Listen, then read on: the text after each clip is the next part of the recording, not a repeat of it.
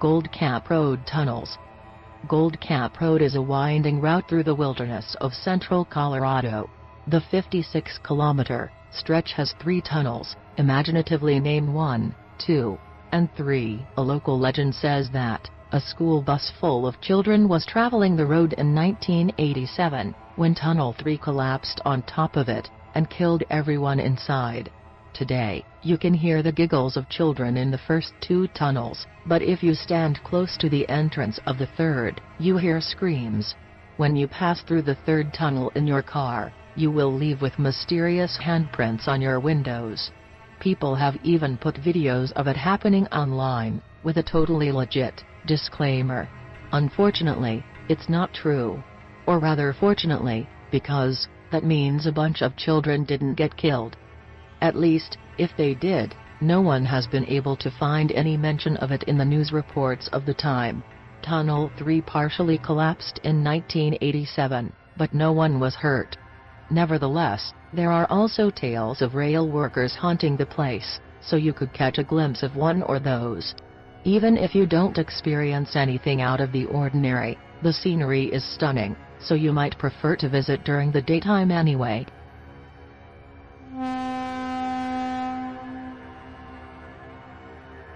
Hoosac Tunnel. The Hoosac Tunnel in Massachusetts is an interesting piece of civil engineering.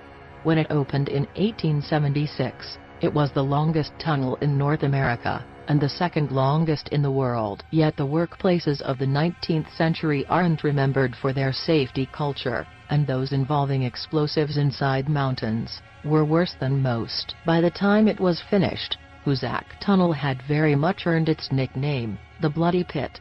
The worst of the many accidents during construction occurred October 17, 1867. Fumes leaking from a gas light met a candle, and caused an explosion, sending a wave of flame and debris down the main shaft.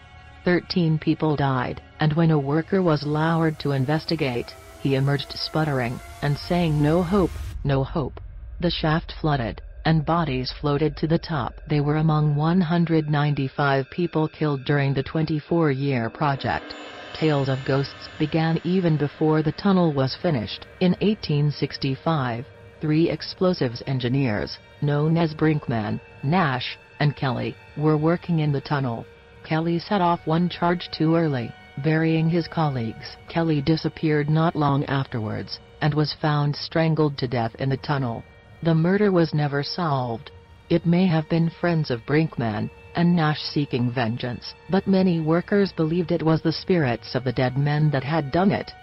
Workers reported hearing moans of pain and were too scared to enter the tunnel at night. After the 1867 disaster, people reported seeing apparitions of miners on the mountainside. Not all reports of the ghosts are bad. Joe Imboko worked in the tunnel in the 1970s, and claimed that disembodied voices twice warned him of dangers, and saved him from being flattened by a train.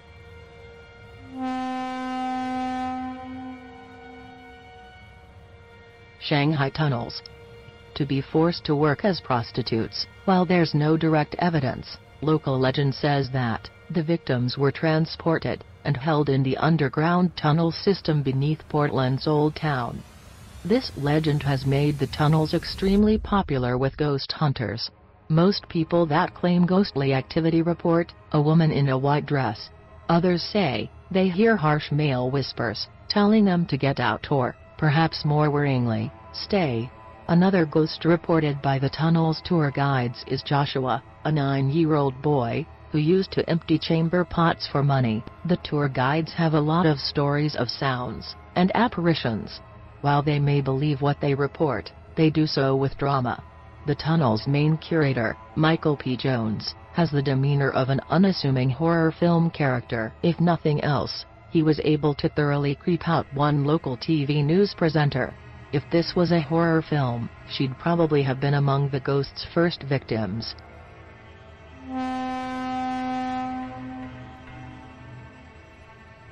Big Bull Tunnel. Big Bull Tunnel is a short trail tunnel in Virginia. If you're wondering, there's also a Little Bull Tunnel. If Virginia's 19th century rail builders had a sense of humor, Big Bull would be the shorter of the two. but sadly it's about 4 times the length of its cousin. It's also the home of some particularly nasty phantoms. 2 workers are known to have died in Big Bull. A man was scalped in 1901, and another fell off a train in 1904. Even before that, locals had claimed the tunnel was haunted.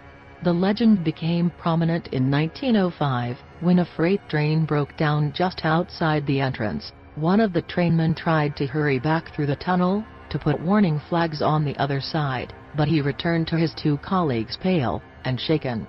He claimed to have heard noises no man could stand. The other 2 went to investigate, and they heard groans and screams of pain coming from the walls.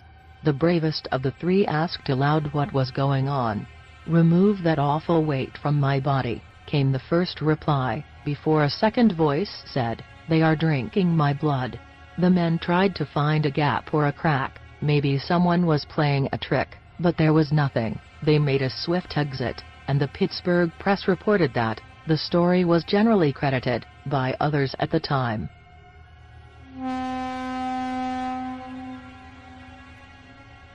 Moonville Tunnel. The town of Moonville, Ohio would probably be long forgotten if not for its rail tunnel.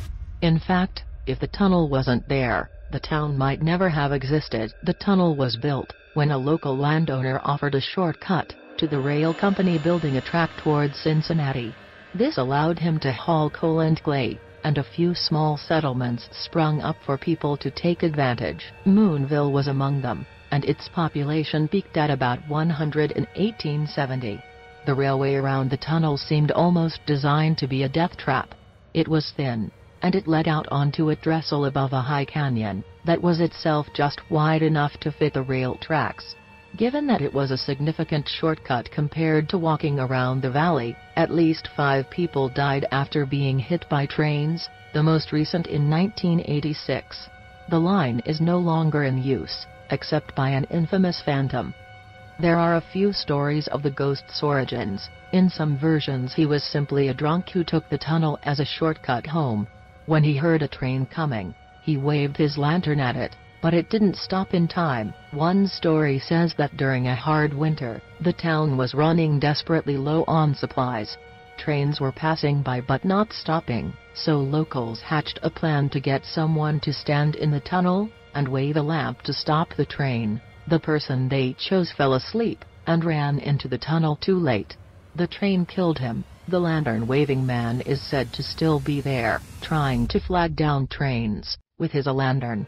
Some reports say that the rail company installed a signal at the mouth of the tunnel and told drivers to ignore any lights they saw inside. The story has inspired songs, and there's even a novel about the story of a conductor that met an unfortunate fate there.